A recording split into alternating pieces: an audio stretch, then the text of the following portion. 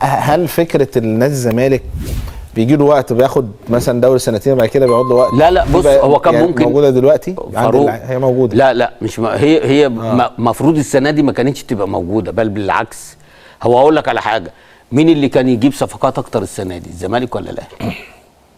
مين اللي كان يجيب؟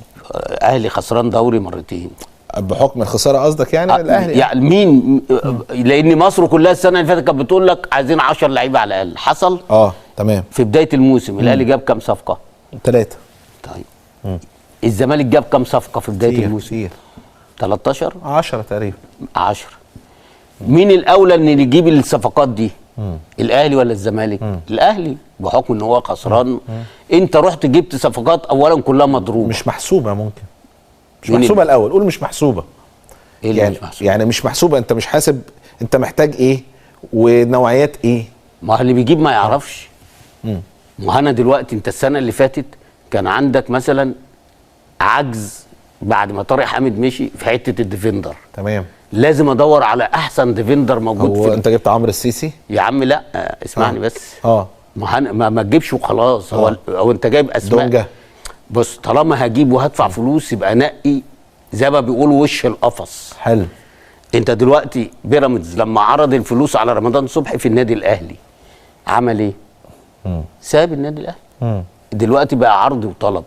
انت دلوقتي طالما معاك فلوس وعايز تكمل مسيره ثالث سنه دوري ورابع سنه دوري واخش بعد كده افريقيا وبعد كده اخد السوبر وبعد كده اخد كاس مصر، كل الكلام ده محتاج ايه؟ اجيب واحد زي توريه حتى لو هدفع فيه ال 100 مليون. انت رحت جبت 2 دفعت فيهم 140 ولا 130 مليون، اقسم بالله ما كانوش بيلعبوا اصلا.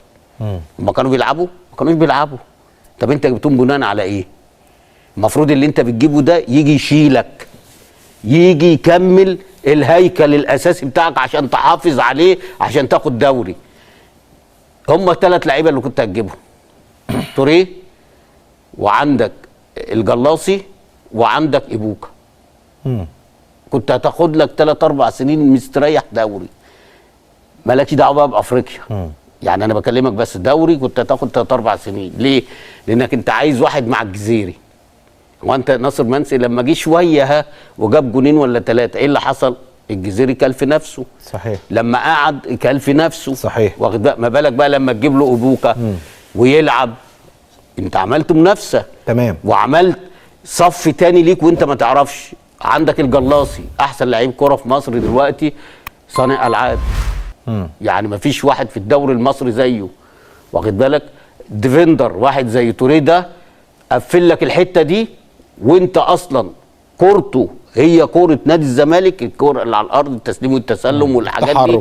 واخد بالك؟ مع الجلاصي مع كده يبقى انت كده سديت واي حد بقى مع الونش ورا خلاص الموضوع منتهي. لا على الاقل هو النادي الاهلي برضو قال لك ايه، انا هشوف الاول. بس انت بتتكلم عن النادي الاهلي، انا اشوف الاول انا هجيب ال3 دول اللي محتاجهم قوي، واشوف بقى بعد كده محتاج تاني هزود.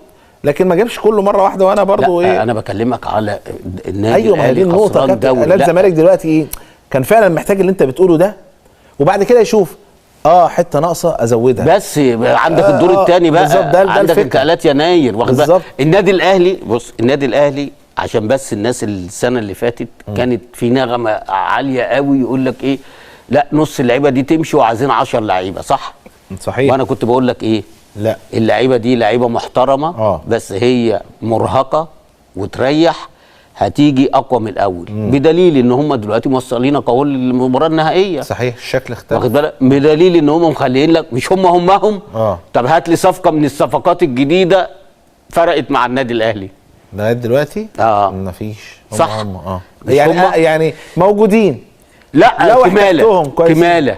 لان انت قبل ما يجوا في يناير، عشان هتقول لي مروان عطيه، قبل ما يجوا في يناير النادي الاهلي متصدر الدوري. صحيح. قبل ما يجي واخد كاس السوبر المصري. صح.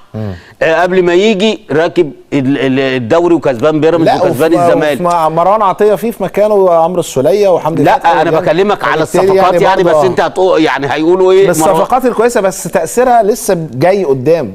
لا انا بكلمك على من البدايه. واخدين دوري، راكبين الدوري، واخدين كاس السوبر، وبعد كده خدتوا كاس النادي الاهلي خد كاس مصر، وماشي بقى ايه بخطه ثابته. واخد بالك؟ وهم اللعيبه اللي انتوا كنتوا بتقولوا يمشوا ونجيب 10 لعيبه. فهم طلعوا ناس اذكياء في النادي الاهلي ان ما فرطوش في حد وجابوا 3. ولما جه بين الدورين او انتقالات يناير جاب برضو الحاجات اللي هي، مع ان انا مختلف في كام لعيب بس جاب، انت واخد بالك؟ بحيث ان يبقى عنده صف تاني وتالت، واخد بالك؟ انما في نادي الزمالك اصلا ما كانش فيه الا الصف الاول اللي هو مدعم باللعيبه الشباب، سيد نيمار، حسام، سيف جعفر، يوسف اسامه نبيه. جه الراجل اللي هو مشي ده قعدهم من اول الموسم، ولاعب عمر جابر ولاعب دونجا ولاعب لعيبه اصلا مش عارفه قيمه تيشيرت نادي الزمالك وما يستاهلوش ان هم يلبسوه، واخد بالك؟ عشان كده حصل في بقى ظلم بقى، حتى كمان